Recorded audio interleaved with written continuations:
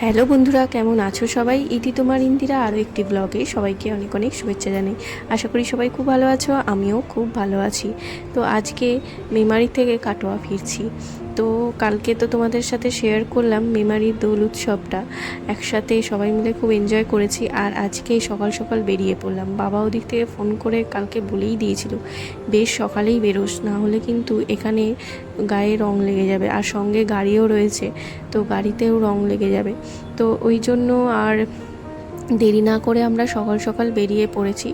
আর সত্যি কথা বলতে যেতে একটু মনটা খারাপও করছে, একটু না অনেকটাই খারাপ করছে, কেননা এরপর আর মেমারি আসা হবে না, এটাই লাস্ট ছিল। তো চলো, এখন মোটামুটি পৌঁছে গেছি। এই যে বাড়ি এসে একটু কিছু খাওয়া দাওয়া সেরেই মা রান্না করছিল ওদিকে, আর বেশ বেলা বাড়তে না বাড়তেই দেখো শুরু হয়ে গেছে। তো এখানে প্রত্যেক বছর এরকমটাই আর কি, ছোটোর থেকেই দেখে আসছি। টুসি কাকিমা, বাবু সবাই নামে, সৃজা, সোনু। তো সোনু তো এখন বড় হয়ে গেছে, আগে সৃজা টিজা সবাই মিলে এখানে সব নেমে, আর ওদিক থেকে ওদের ফ্যামিলি মানে দিদির মেয়েরা সব এসে সব রং খেলছে। এখন সব বাচ্চাগুলোও যোগ হয়েছে, বেশ ভালো লাগে দেখতে। এটা বরাবরই দেখে আসছি, তবে ওরা রং খেলে তো আমার ঠিক ভয় লাগে। আমি কোনোদিনও রংটা অ্যাভয়েড করি, মানে আগে খেলতাম কিন্তু তারপরে স্কিনের প্রবলেম হওয়ার পর ছেড়ে দিয়েছি। আবিরটাই বেটার। যাই হোক, চল।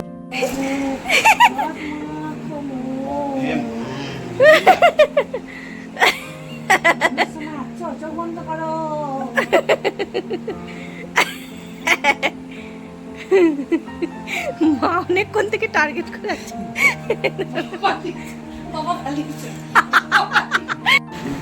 বাবা পালাচ্ছ কেন তুমি?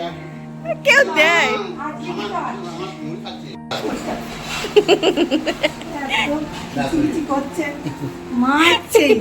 বাবা এই দোল উৎসবে দোকানের শাটার নামিয়েই রাখে, কেননা রাস্তাঘাটে প্রচুর খেলা, আবির টাবির রং নিয়ে যাওয়া আসা করে, সবাই খেলে টেলে, ওই জন্য ওই ভয়ে।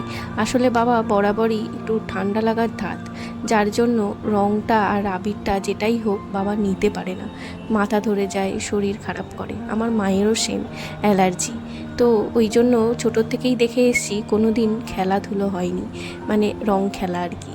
তো আগে পাড়া থেকে সবাই এসে রং মাখিয়ে দিয়ে যেত মাকে, বাবাকে কোনো দিনও আজ পর্যন্ত কেউ পারেনি, আমরাই পারিনি কোনো দিনও। পায়ে আবির দিয়েছি ব্যাস ওটুকুনি, কোনো দিন আজ পর্যন্ত একটু কপালেও দিতে পারিনি। এবছর প্রথম দেখলাম বাবা কোনো রকম চিৎকার চেঁচামেচি করে মা দিল।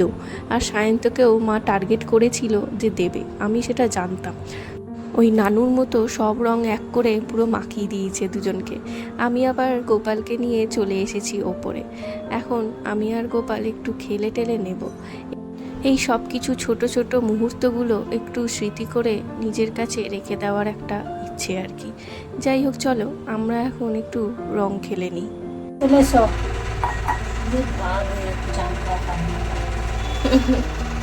পড়ে যাবে বেঁকে আছে।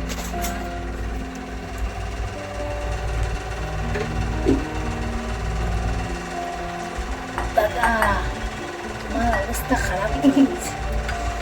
রঙে রঙে রঙে রঙিন হলো, এ কি হলো, এ কি হলো দাদা, সাদা জামা রঙে রঙে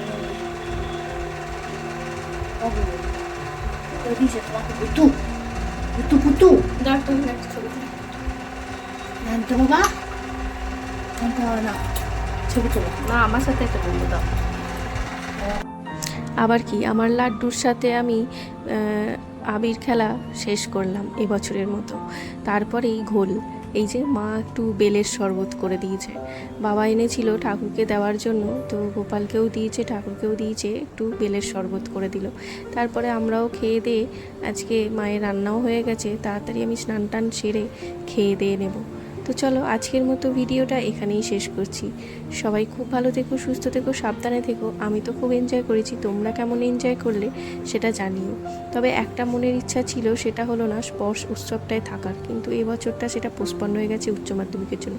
কী আর করা যাবে, তো কোনো বছর চেষ্টা করব আবার থাকার। তো চলো, আজকের মতো ব্লগটা এখানেই শেষ করছি, আর খুব স্মরণীয় দিন করে রেখে দিলাম। দেখা হবে আবারও তোমাদের সাথে পরের একটা নতুন ব্লগ নিয়ে।